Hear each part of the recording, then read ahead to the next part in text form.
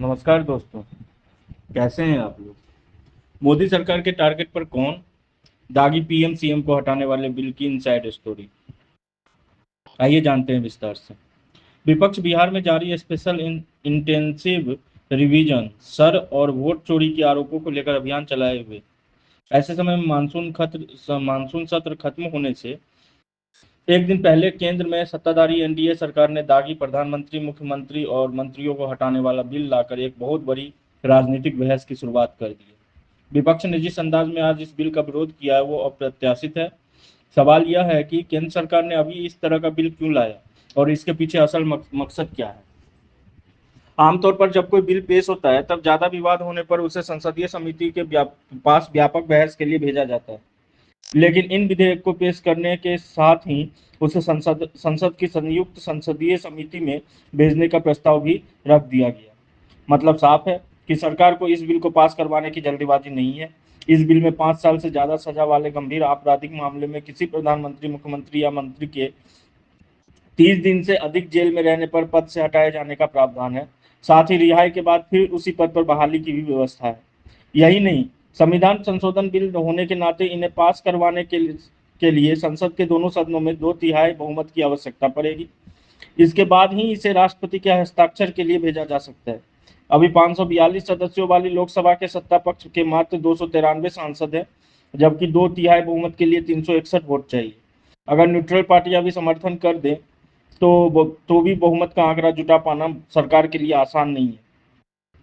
इसी तरह से राज्यसभा में अभी 239 सांसद है और 2/3 समर्थन के लिए सरकार को 160 वोट चाहिए, जबकि एनडीए के पास मात्र 132 वोट है और बहुमत की तो दूर की कौड़ी है। मतलब साफ है कि अगर विपक्ष साथ न दे तो इन विधेयक को पास करना असंभव है। यही नहीं, अगर फिर भी सरकार दोनों सदनों से इसे पास करा भी ले तो भी आधे राज्यों के विधानसभाओं से भी मंजूरी दिलवानी पड़ेगी। हालांकि यह फिर भी बीजेपी के लिए नामुमकिन नहीं है। ऐसे में सवाल यह है कि इतनी बाधाओं के बाद भी केंद्र सरकार ने इस समय ये विधेयक क्यों पेश किए। अगर राजनीतिक रूप से देखें तो कांग्रेस की अगुवाई में इस वक्त संसद से सड़क तक विपक्ष ने एसआईआर और वोट चोरी के लेकर के विवाद खड़ा रखा है। वोट चोरी को लेकर के बवाल खड़ा कर रखा है, जबकि सरकार जो विधेयक लेकर आई है उसके पीछे पूरी तरह से भ्रष्टाचार विरोधी अभियान है।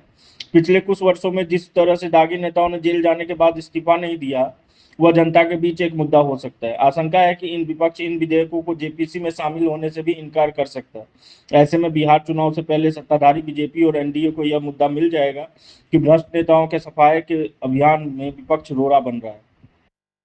एनडीटीवी ने सरकारी सूत्रों के हवाले से रिपोर्ट दी है कि जिसके मुताबिक इस बिल के पीछे इरादा राजनीति में भ्रष्टाचार पर जनता का ध्यान खींचना है।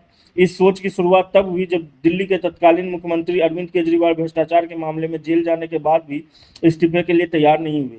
तमिलनाडु के एक मंत्री के इसी तरह के मामले में सुप्रीम कोर्ट तक राज्य सरकार को फटकार लगा चुका है।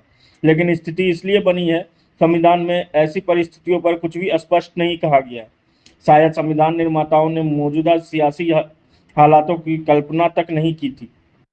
सूत्रों का कहना है कि केजरीवाल के जेल जाने के बाद यह विधेयक इसलिए नहीं लाया गया क्योंकि इसमें राजनीति की बू आती। लेकिन जब दिल्ली में विधानसभा चुनाव आम आदमी पार्टी हार चुकी है तो एनडीए के पास बड़ा मौका है।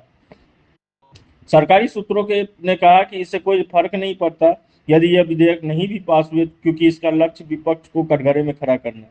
अगर वह विरोध करता है तो संदेश जाएगा कि अगर कोई जेल से भी सत्ता चलाता है तो विपक्ष को इससे कोई दिक्कत नहीं है। आज के लिए इतना ही। तब तक सुरक्षित रहें, सतर्क रहें, स्वस्थ रहें। जय हिंद, जय भारत।